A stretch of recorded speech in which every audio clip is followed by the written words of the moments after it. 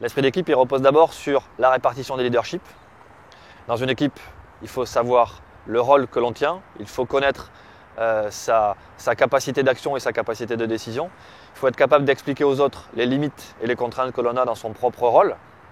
Et puis, il faut demander aux autres qu'est-ce que je peux faire pour t'aider et leur dire ce qu'eux peuvent faire pour vous aider. Une équipe performante, une équipe efficiente, c'est le fait qu'elle a des règles du jeu, qu'elle s'applique à elle-même et que les membres de l'équipe s'appliquent entre eux. Eh bien, ce sont souvent des valeurs.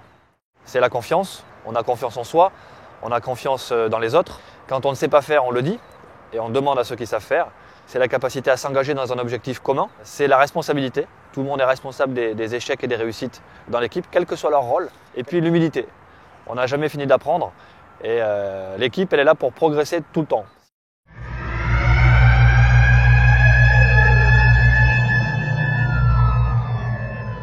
La vraie difficulté dans une équipe où tout le monde est un champion, c'est qu'à un moment donné, on peut penser que la performance repose uniquement sur ses propres épaules et pas sur celle des autres. La performance de l'équipe, elle est supérieure à la somme des performances individuelles.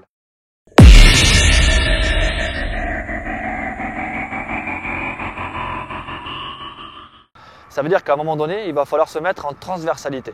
Il va falloir se mettre au service des autres.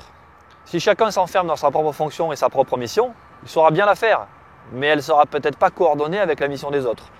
Ces autres missions, ces autres fonctions, elles peuvent aussi m'aider dans ma propre mission, en me donnant de l'information, en me permettant de valider les informations que j'ai, en me permettant de prendre les bonnes décisions.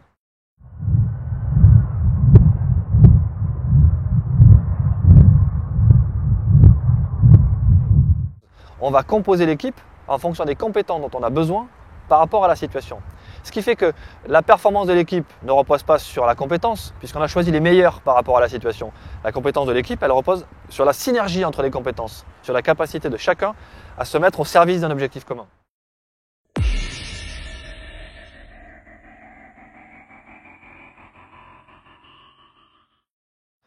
Il y a deux types de leadership.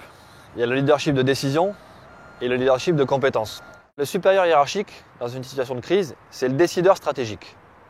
C'est lui qui dit go, no go. Mais il va forcément s'appuyer sur des leaders de compétences qui sont tous normalement meilleurs que lui, chacun dans leur domaine. Sa vocation, c'est de s'entourer de gens meilleurs que lui. Ça veut dire qu'il prend les décisions stratégiques et il laisse aux leaders de compétences l'application des décisions tactiques qui découlent de sa décision stratégique.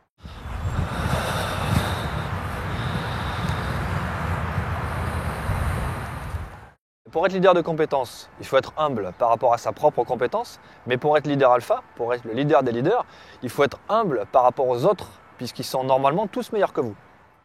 Et quand le leader alpha est capable de leur montrer qu'il peut susciter de la synergie, qu'il peut les motiver dans un objectif commun, eh bien justement c'est là qu'il emportera l'adhésion.